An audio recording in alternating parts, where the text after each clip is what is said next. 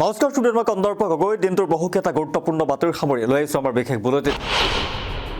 অসমৰ ৰাইজে হিমন্ত বিশ্ব শৰ্মাকেই মুখ্যমন্ত্ৰী হিচাপে বিচাৰে। ৰিপুণ বৰাই গৌৰৱ গগৈক মুখ্যমন্ত্ৰী পাতিব বিচৰাটো অলিক কল্পনা।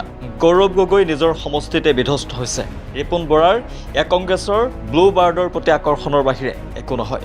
গৌৰৱ গগৈক তীব্ৰ সমালোচনা পীযুষ হাজৰিকাৰ। পুনৰ 500 কোটি ঋণ ল'ব অসম চৰকাৰে। এটা মাহতে চতুৰ্থবাৰৰ বাবে ঋণ ল'ব চৰকাৰে। উল্লেখ্য যে ইয়াৰ পূৰ্বে 6 মে'ত 900 কোটি টকা, 13 মে'ত 500 কোটি টকা আৰু 20 মে'ত 700 কোটি ঋণ লৈছিল চৰকাৰে। মাজুলীবাসীৰ বাবে ভাল খবৰ। 600 কোটিতকৈও অধিক ব্যয়েৰে যোৰহাট মাজুলী দলঙৰ নিবিদা প্ৰস্তুত। 2021 চনৰ 29 নৱেম্বৰত মুখ্যমন্ত্ৰী হিমন্ত বিশ্ব শৰ্মাই যোৰহাট মাজুলী দলঙৰ খুঁটাৰ কাম আনুষ্ঠানিকভাৱে আৰম্ভ কৰিছিল। পুনৰ বৃহস্পতিবাৰে নিবিদা প্ৰকাশ পোৱাৰ পিছতেই মাজুলীত আনন্দমুখৰ পৰিৱেশ।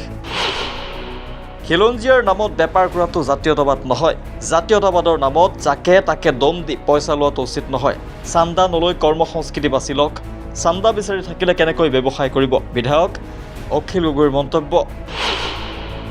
অবৈধ কয়লা চিণ্ডিকেটক লৈ সৰব গৌৰৱ গগৈ। সমগ্ৰ অসম আৰু মেঘালয়ত অবৈধ কয়লা চক্ৰ সক্ৰিয় হৈ থকাৰ পাছতো সকলো প্ৰমাণ থকাৰ পাছতো ব্যৱস্থা গ্ৰহণ নকৰাৰ অভিযোগ। প্ৰধানমন্ত্ৰী নৰেন্দ্ৰ মোদীলৈ পত্ৰ লিখি অবৈধ কয়লা খননৰ বিষয়ত জৰুৰী তদন্তৰ অনুৰোধ গৌৰৱ গগৈৰ। জনশূন্যত পৰিণত কাশ্মীৰৰ মোগল গাৰ্ডেন। পেহেলগাম সন্ত্ৰাসবাদী আক্ৰমণৰ ঘটনাৰ পিছতেই পূৰ্বৰ পৰিৱেশ নোহোৱা হৈছে জম্মু কাশ্মীৰৰ পৰ্যটন ক্ষেত্ৰত। পৰ্যটকৰ অভাৱৰ বাবে নিৰ্জন হৈ পৰিছে ঠাইখিনি। তেজ প্ৰতাপ যাদৱৰ বিৰুদ্ধে বৃহৎ ব্যৱস্থা লালু প্ৰসাদৰ। বৰপুত্ৰ তেজ প্ৰতাপ যাদৱক দল আৰু পৰিয়ালৰ পৰা বহিষ্কাৰ কৰিলে পিতৃ লালু প্ৰসাদ যাদৱে।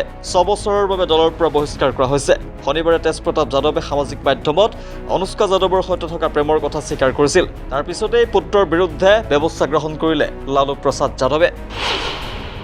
পাকিস্তানক কঠোৰভাৱে প্ৰত্যুত্তৰ দিছে ভাৰতে। আমেৰিকাত শনিবাৰে ভাৰতে পাকিস্তানত চলোৱা অপাৰেশ্যন সিন্দুৰৰ কথা অৱগত কৰে কংগ্ৰেছৰ সাংসদ শশী থাৰুৰে। পাকিস্তানত থকা সন্ত্ৰাসবাদীৰ ঘাটিত ভাৰতে কেনেদৰে আক্ৰমণ কৰিছিল তাৰ বিষয়েও মত দাঙি ধৰে।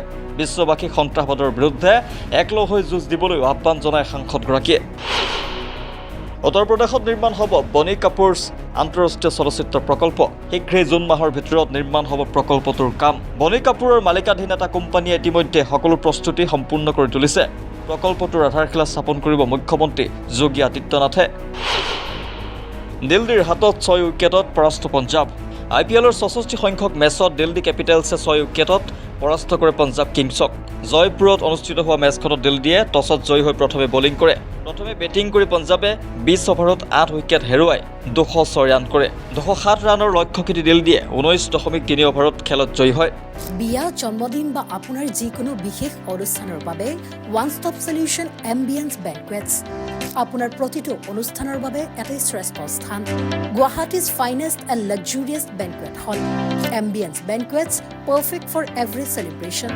For booking, contact 7099013417 or visit 5th floor above Reliance Centro, RG Burwa Road, Guwahati.